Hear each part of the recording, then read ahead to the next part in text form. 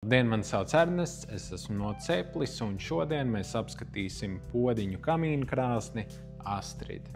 Vispirms sāksim ar tehniskajiem parametriem.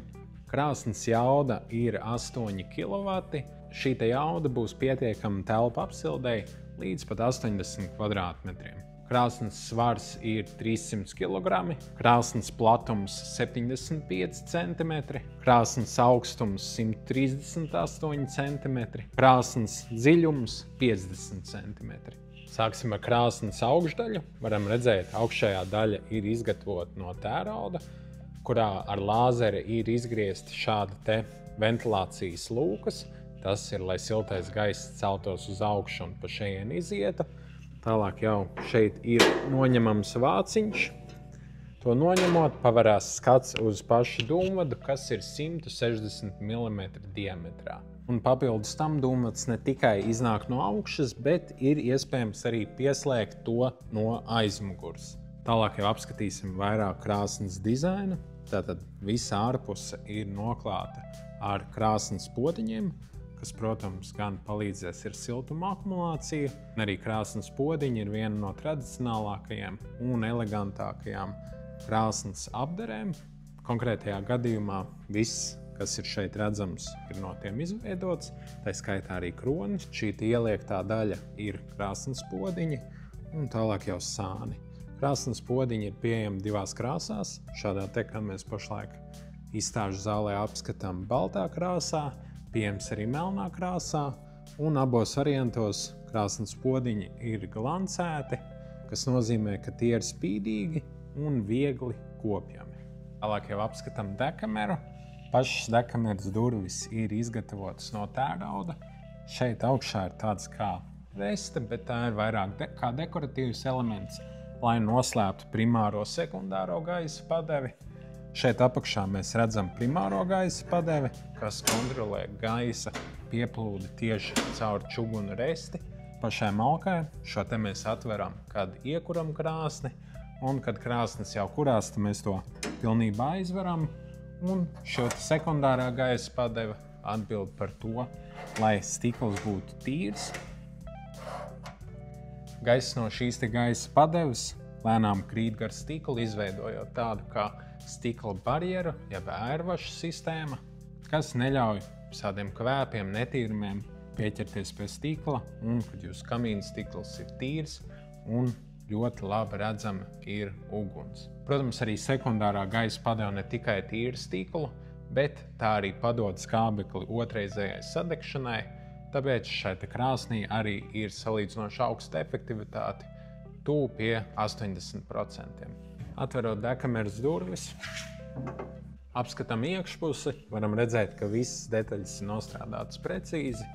Ir gan degaukla starp stiklu un pašām durvīm, gan arī, protams, ārējā degaukla, kas ļaus ļoti efektīvi noblīvēt pašu dekameru, lai dekamerā nepieplūst papildus gaiss, līdz ar to degšana būtu daudz ilgāka. Vēl viena lieta, kas uzreiz nav redzama, ir rokturis, kas ir kā dizaina elements.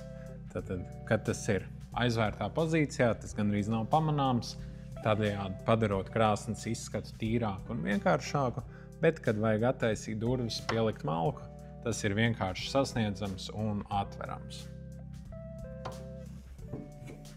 Tālāk jau ieskatoties iekšā, varam redzēt termoteka ķieģeļus. Tie ir speciāli izveidoti, lai tiem būtu siltuma akumulācijas īpašības.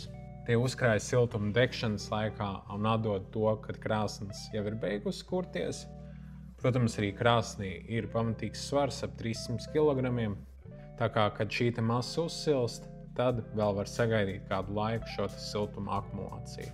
Arī šī masa un šie iekšējā ķieģeļa tehnoloģija atļauj, lai šī siltuma līkne būtu vienmērīgāka, nevis, ka telpā ir ļoti karsts vai arī ļoti vēss. Ar šo krāsni šis siltums būs vienmērīgs. Tālāk jau mēs virs dekameras varam redzēt tērauda plāksni, jeb šķēlēju plāksni. Tā sašķeļ uguns liesmas un neļauj tām iet skurstenī, tādējādi arī izveidojot tādas kā cukas, lai šīs dūmgāzes pirms iziešanas pa skursteni atdot maksimāli daudz siltuma pašā telpā. Tālāk jau dekameras apakšā varam atrast čuguna resti, kas ir pietiekami biezuma, protams, arī nomaināma. Tieši tāpat kā ir nomaināma visi šie te ķieģeļi, krāsnes iekšpuse, kas ir nolietojama detaļas. Zem čuguna restes mēs varam redzēt pelnu pannu, kas ir pietiekami dziļuma, tā noteikti nav pati lielākā, bet ņemot vērā krāsnes efektivitāti un modernās gaisa padevas, šie te pelni ar savu smalku būs salīdzinoši mazi un tīrīšana būs jāveic salīdzinoši rēti. Protams, ļoti būtiska nianses malkas krāsnī ir malkas garums. Tūlīt paskatīsimies, cik garu malku var ielikt. Šādā virzienā ir 37 cm, bet jārēķinās, kad kurtuve ir ieliekta, tāpēc pašā galā ir 30 cm, un šādā veidā ir 28, kas mums pasaka to, ka vidējais malkas garums, kas ir ieteicams, ir 30 cm. Doties uz krāsnes pamatni, tā arī ir pilnībā izveidota no podiņiem. To var noņemt kā atsevišķu detaļu vieglākai krāsnes ienešanai mājās. Vēl viena ļoti būtiska lieta, īpaši mūsdienās, kad mājām ir ļoti laba siltuma izolācija, vai tā saucamās ekomājas, ir šī ārējā gaisa padeve. Tā ļauj pievienot krāsni pie ārējā gaisa avota, kas nozīmē, ka pati krāsnes neizmantos telpas gaisu, bet gan ārā gaisu. Un tas nozīmē, ka mājās arī nebūs bezgaisa sajūta. Milzīgs paldies, ka noskatījāties video par Astrid kamīnu krāsni tik tālu. Ja ir kāds papildus jautājums par konkrēto krāsniņu vai par jebkuru citu, kas ir mūsu katalogā, droši sazinieties ar mani vai ar kādu no maniem kolēģiem ceplis.eu kontakta sadaļā. Ja vēlaties klātienes konsultāciju, mēs arī pašlaik atrodamies mūsu izstāžu zālē netālu no Spunķiem. Tas ir iespējams ar iepriekšēju pierakstu. Vairāk informācijas www.ceplis.eu kontaktu sadaļā. Paldies vēlreiz, lai siltums katrās mājās!